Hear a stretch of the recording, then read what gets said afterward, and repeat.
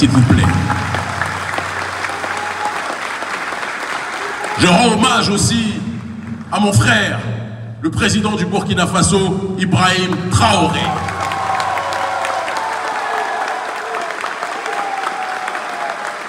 Je rends hommage à mon frère, le président du Mali, Assimi Goïta.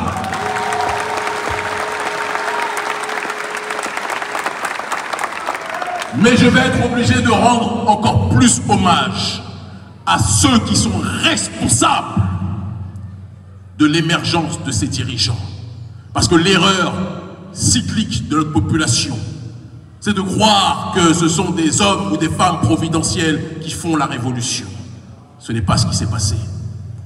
Les trois dirigeants que je viens de citer ne sont pas les initiateurs d'un processus révolutionnaire. Ils sont le résultat d'une mobilisation de plusieurs années, des masses populaires de cette région qui ont décidé de prendre en charge leur destinée, qui ont décidé d'arrêter de subir la persécution, qui ont décidé d'arrêter de subir l'injustice sociale. Ils voyaient la corruption comme vous la voyez.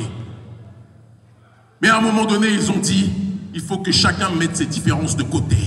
Il faut qu'on arrête les batailles au niveau horizontal et qu'on agisse dans le cadre du combat au niveau vertical. Unifier la base et se battre contre le sommet. Ils se sont mobilisés, nous les avons accompagnés, nous nous sommes au milieu d'eux, en première ligne même, mobilisés. Nous avons réussi à bousculer les régimes marionnettes de l'Occident.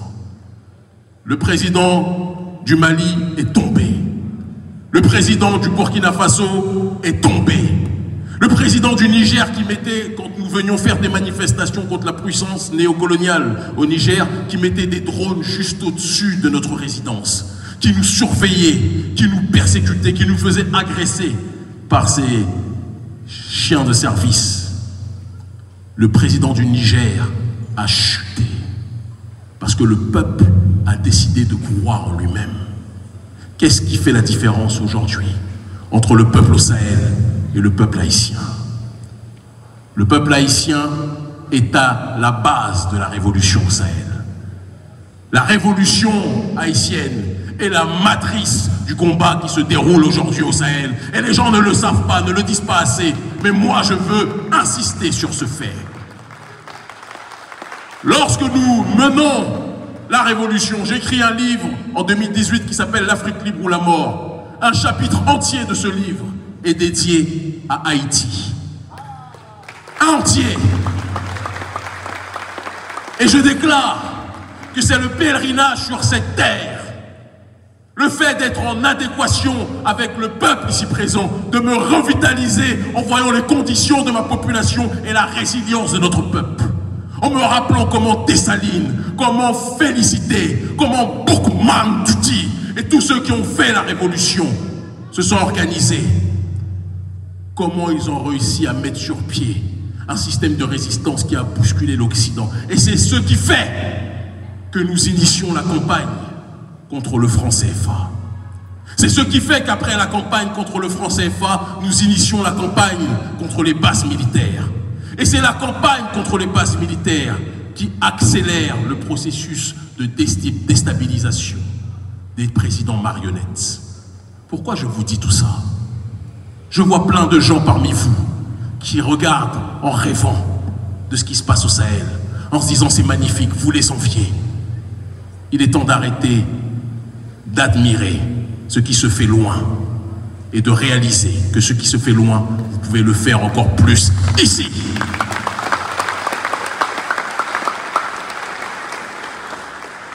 Qui est-ce qui empêche, avec aujourd'hui l'aide d'Internet, d'organiser des mobilisations contre les différents adversaires de la population, ceux qui pillent les ressources du pays? Numéro 1, les puissances néocoloniales qui se présentent comme vos amis. Numéro 2, et troisième point, contre ceux qui acceptent d'être instrumentalisés pour déstabiliser le pays. Qui est-ce qui vous empêche de vous mobiliser pour cela? Qui est-ce qui vous empêche de vous organiser comme les gens se sont plaints, se sont mobilisés contre les détournements de Pétro-Caraïbes, etc. Qui est-ce qui empêche notre peuple ici à Haïti de commencer les mobilisations contre ceux qui sont les ennemis en réalité identifiés? il faut que chacun d'entre nous se pose des questions. Le seul ennemi que nous avons, ce sont les limites que nous fixons. Les seuls ennemis que nous avons, c'est l'absence de foi en nous-mêmes. Les seuls ennemis que nous avons, c'est le manque de confiance en nous-mêmes. J'ai lancé un appel aux gangs. J'ai eu plusieurs chefs de gang qui, depuis le début de notre séjour, nous ont contactés. Nous allons rendre public d'ici quelques jours leurs propositions par rapport à l'appel que j'ai lancé. J'ai dit aux chefs de gang qu'ils devaient baisser les armes contre le peuple.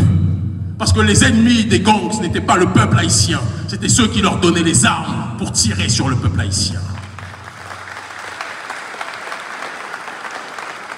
Vous allez être surpris d'apprendre d'ici quelques jours que des chefs de gang parmi les plus puissants ont compris le message que nous avons lancé et sont prêts à cesser de pointer les armes sur le peuple et de s'organiser comme une force citoyenne pour résister contre le système néocolonial en tant que tel.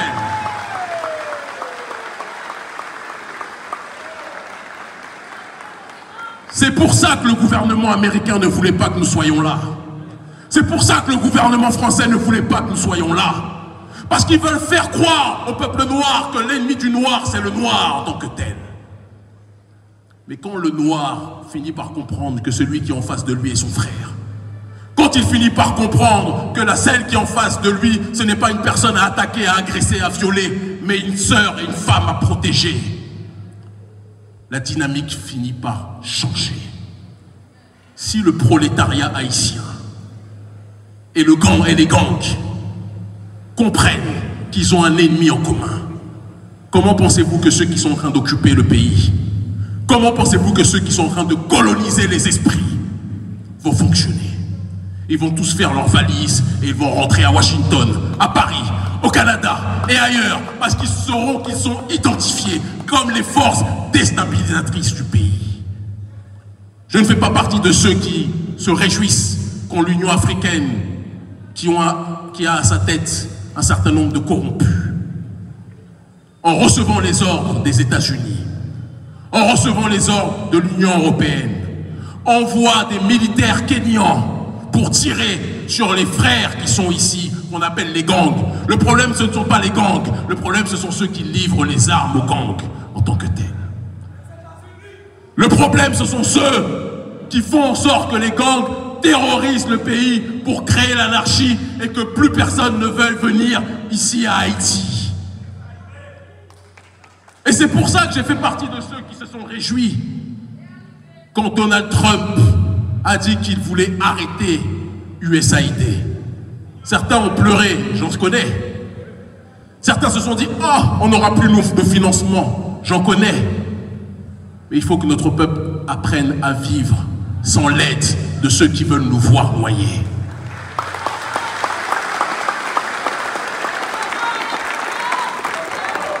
C'est lorsque, et c'est vous, peuple haïtien, qui nous avez montré l'exemple au niveau mondial. C'est lorsque l'esclave rebelle décidait de quitter la plantation, se retrouver livré à lui-même, dans l'incertitude, dans l'insécurité, dans l'instabilité. C'est dans ces moments-là de transcendance et de dépassement que l'esclave rebelle finissait par trouver sa voie pour agir dans le cadre de l'autodétermination. Nous n'avons pas besoin de l'aide des gens qui se considèrent comme les messies d'Haïti. Le seul messie d'Haïti, c'est l'haïtien et l'haïtienne en tant que tel. Le seul messie d'Haïti ne peut pas venir de Washington, de Paris ou du Canada.